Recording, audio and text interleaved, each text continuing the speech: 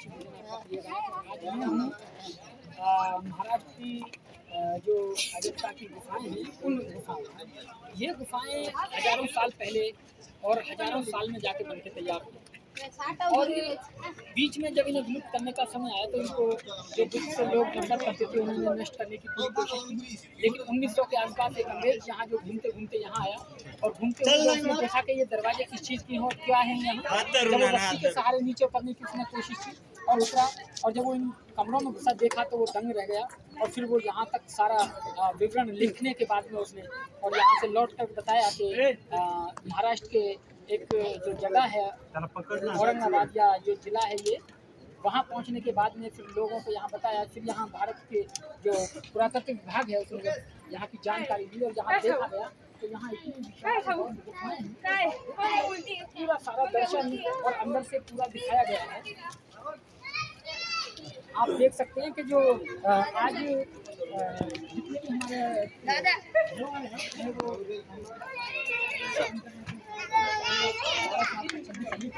उसमें यही आकृति बनाई गई है। और ये आकृति आप देख सकते हैं कि आज से हजारों साल पहले इसी आकृति को यहाँ उन बौद्ध भिक्षुओं ने और राजा महाराजाओं ने, देखिए वहाँ फोटो आप देखेंगे और ऊपर उनकी फोटो देखेंगे, इन गुफाओं को कैसे तराशा है और कितनी अच्छी है। अंदर का नज़ारा भी आप वीडियो के आगे देखेंगे, आप हम दिखा देंगे उन वीडियो के जरिए कि अंदर किस तरह की कितनी सारी गुफाएं हैं। और देखिए यहाँ आप देखेंगे कि यहाँ बुद्ध खड़े हैं आशीर्वाद मुद्रा में हैं, और आगे देखेंगे तो थोड़ा वहाँ बैठे हुए हैं, वहाँ देख सकते हैं बैठी हुई मुद्रा में, हाथ टूटा हुआ है, हो सकता है कि आप बैठे हुए आशीर्वाद मुद्रा में हो। और आप इधर देखेंगे तो वहाँ हर मुद्रा में आप देखिए वहाँ बैठे हुए हैं, वहाँ सारी मुद्राओं में जिन मुद्राओं का जिक्र 26 अलीपुर बाबा साहब की जो किया गया है कलाकृतियों से, वो यहाँ बुद्ध के जीवन से बैठे हुए पूरे चित्र के साथ कलाकृतियों को दर्शाया गया है, आप देखेंगे। लेकिन 2000 से बनी हुई 2000 साल पुरानी गुफाओं को देखकर लगता है कि अभी बौद्ध विरासत जिंदा है और बौद्धों का देश, बौद्धों की विरासत यहाँ जिंदा है। लेकिन बौद्धों से नफरत करने वाले लोगों ने इनका सब कुछ नहीं छोड़ी है और भारत से लेकर बामियान तक, पाकिस्तान तक उन्होंने इसे नष्ट करने की कोशिश की है। लेकिन धन्य है ये विरासत जो सुबह सूरज निकलता है तो रोशनी इन्हीं बौद्ध विरासतों पर पड़ती है और इस भारत को चमकाते हुए, और भारत इन्हीं बौद्ध विरासतों के कारण पूरी दुनिया में प्रसिद्ध है, क्योंकि बुद्ध ने दुनिया को शांति का संदेश दिया। आप यहाँ मैं देख सकते हैं, दिखाना चाहूँगा कि आप देखेंगे, यहाँ मैं इशारा करता हूँ, आप देख सकते हैं क्या फर्क होगी, 2000 साल में कम तो हो गई है, लेकिन फिर भी आज हम देख सकते हैं कि यहाँ क्या कलाकृति होगी।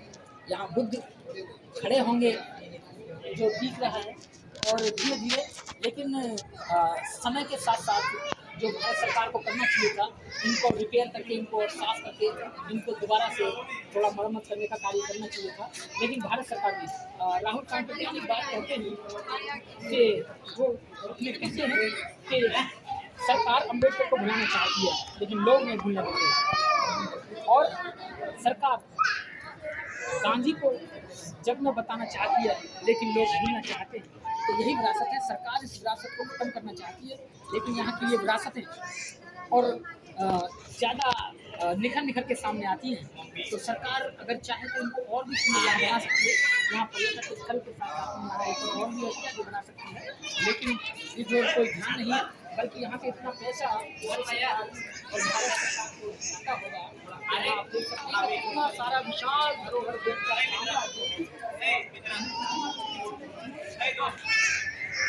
इसमें बुद्ध की किलोमीटर